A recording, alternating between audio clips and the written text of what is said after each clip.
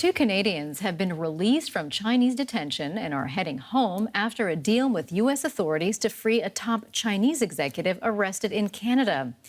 Meng Wanzhou, the chief financial officer of China's Huawei telecoms giant, was detained in Canada in 2018 on charges of violating U.S. sanctions on Iran. Weeks later, Beijing detained two Canadian citizens in China in what was seen as an act of retaliation. The case sparked wide-ranging diplomatic and trade tensions. It's been over 3 years, but now Meng Wanzhou is finally returning home. The Huawei executive struck a deal with US prosecutors to end the bank fraud case against her.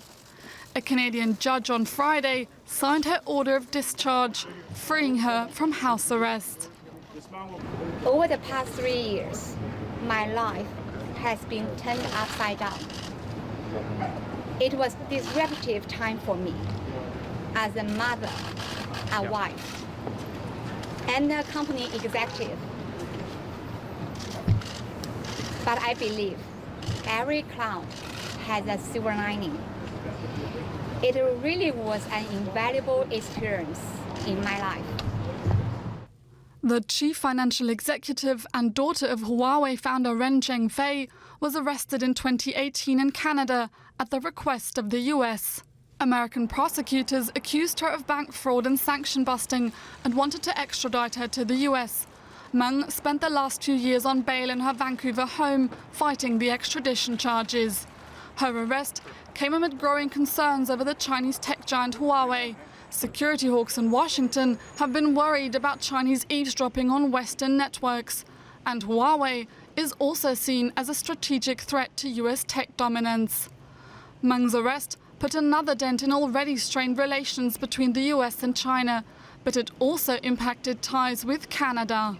Shortly after Meng was taken into custody, two Canadian citizens were detained in Beijing over spying charges, a move seen by many as retaliation for Canada's role in arresting Meng.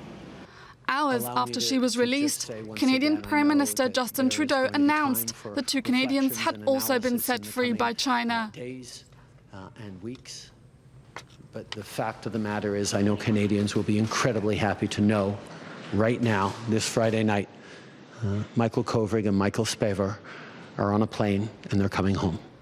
These developments could be a sign that the relationship between the US and China is taking a turn for the better. But while one dispute has been resolved, many more issues between the two superpowers remain outstanding.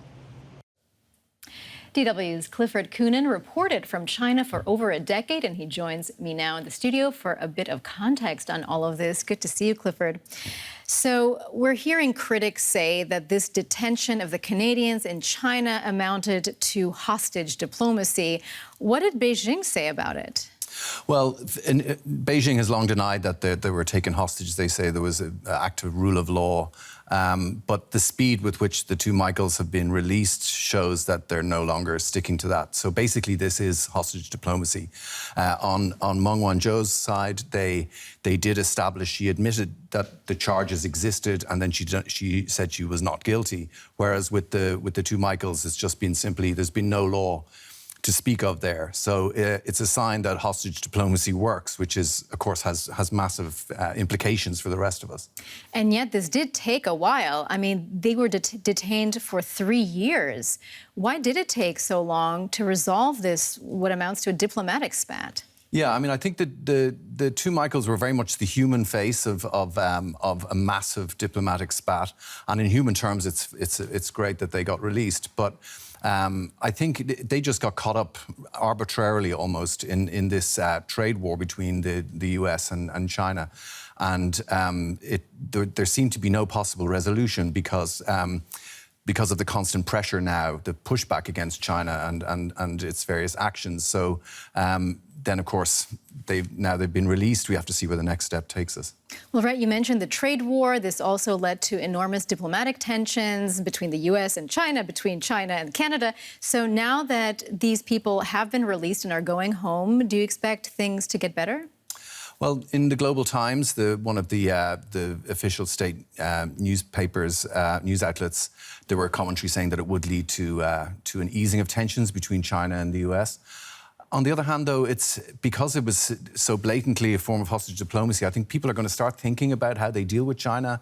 I mean, you have a major emerging power here that doesn't really follow international law. So there's a lot of implications that need to be addressed. So I think before any major warming of ties, you're going to see people thinking about exactly what's going on.